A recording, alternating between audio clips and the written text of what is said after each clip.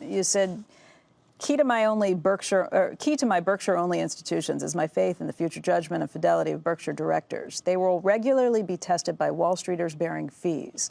At many companies, these super salesmen might win. I do not, however, expect this to happen. That's exactly true. And I think by writing it, it helps it a little too. No, there's no question that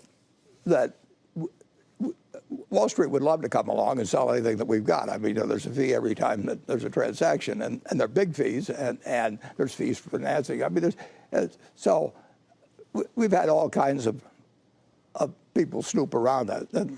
They know they're not getting it done with me, but it won't get done later on either. I am leaving every share of Berkshire I have goes to charity, and it's 99% of my net worth. So nobody cares more than I do about getting the most money to those philanthropies over the years following my death. And that's going to take place over 15 years. And I say keep it all in Berkshire.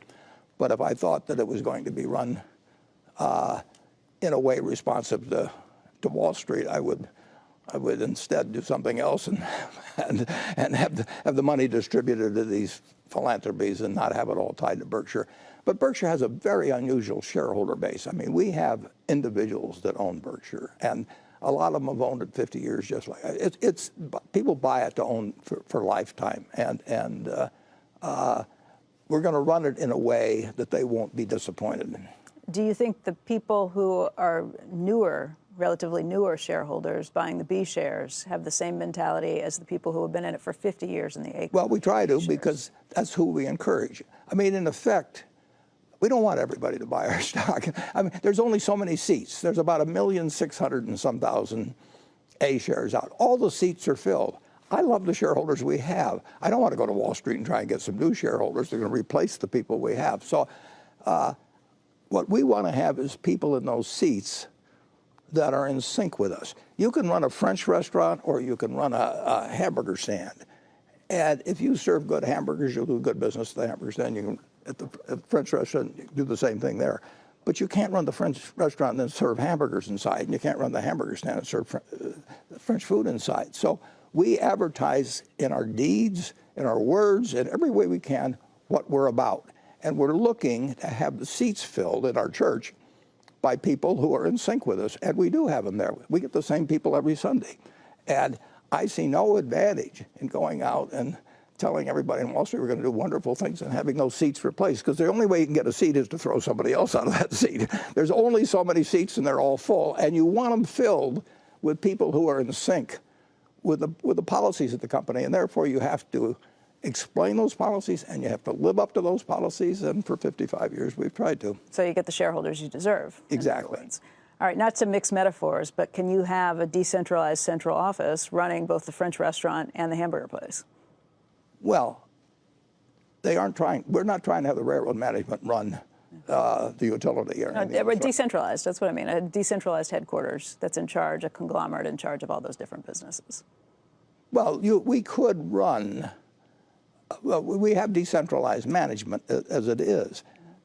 We could have somebody in charge of all the little companies, another one for the big. I mean, we could divisionalize it in all kinds of ways.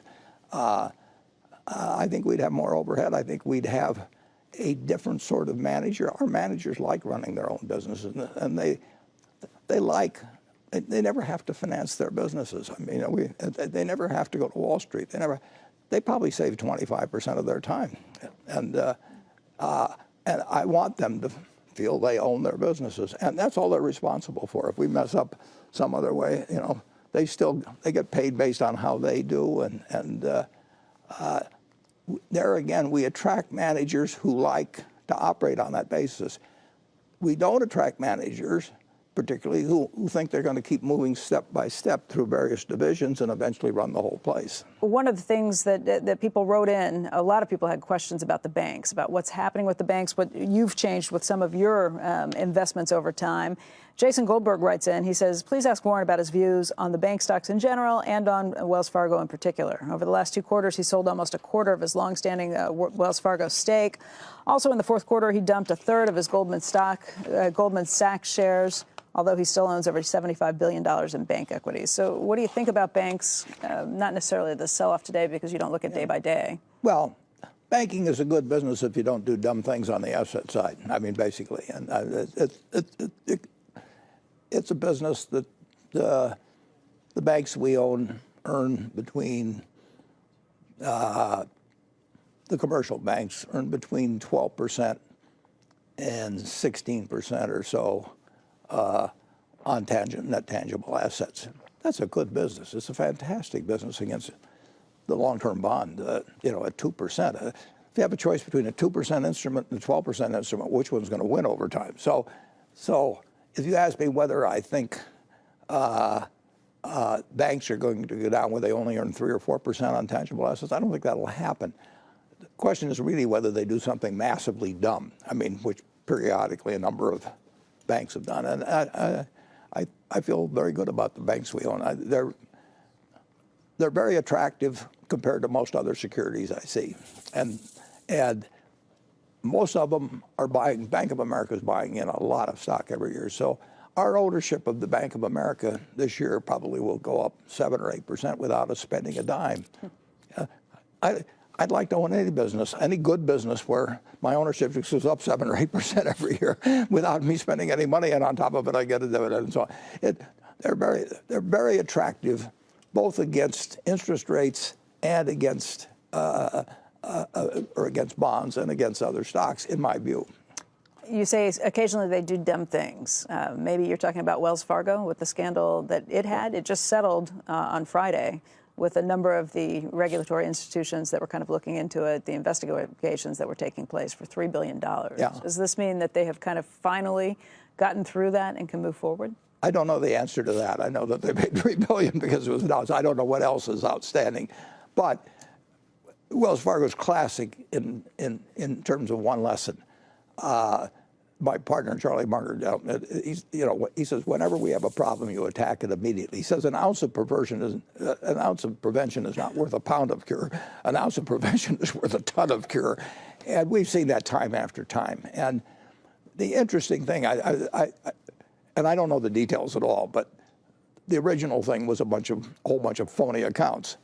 Now, I don't know how, if you open up a couple million phony accounts, you make any money on it at all. I mean, the shareholders didn't make money. People say that, well, the incentive structure was set up so that some of the employees didn't make much money. It was the dumbest incentive system you can think. And as soon as you learn, you can devise dumb incentive systems. We've done them ourselves. I mean, you can cause people to do the wrong thing because they will do what they're incented to do. And they had obviously a very dumb incentive system. People started playing it various ways. And the big thing is they ignored it when they found out about it. I mean, you're going to do dumb things in business, and we do them every day, you know. But you absolutely have to attack a problem as soon as it occurs, and you know about it. And if that had happened, Wells Fargo shareholders would be a lot better off. But Wells Fargo shareholders did not profit from opening up accounts that were phony accounts that had nothing in them. I mean, somebody was getting paid so much per account, and the practice spread, because bad practices do spread if they're allowed to spread. And they were ignored, which is a total disaster. And look at the consequences. So 2 or 3 years later, who's paying? The shareholders are paying for something that didn't do them any good whatsoever. Is that why you've sold off some of the shares? No, not specifically. I know you don't want to get specific on why. Yeah, no, I'm not recommending it. What stocks, people have to make up their own minds on that. But, okay. I want to ask you a question about Todd Combs and his new role at Geico. I got several questions that came in from that, and let's just use this one from Peter Lampras. During last year's interview on CNBC, after the 2018 letter was released, you were asked about succession at Geico, and you mentioned that at a recent meeting at Geico, you met about 40 of their top executives, and after each introduced themselves, they stated their length of time with the company. The shortest was 19 years. Please explain why none of these 40 top executives were qualified to take over as CEO after the retirement of Bill Roberts. Again, that's Pete Lampras from Chicago. Yeah, Bill Roberts took over not even 2 years ago, and he has done a terrific job in connection with Tony Nicely. I mean, Geico is my first love, absolutely. I tell the other companies that you can compete for my second love, but you can't compete for my first love, which is Geico, because it goes back 69 years, and it did wonders for me. Anyway, Geico, Bill Roberts took over a little less than 2 years ago, and then in either October or November last year, he said he'd like to retire in a year. He would adjust it in any way that made it the easiest for us. And we did not have the person, in my view, to replace him at that point. And Todd Combs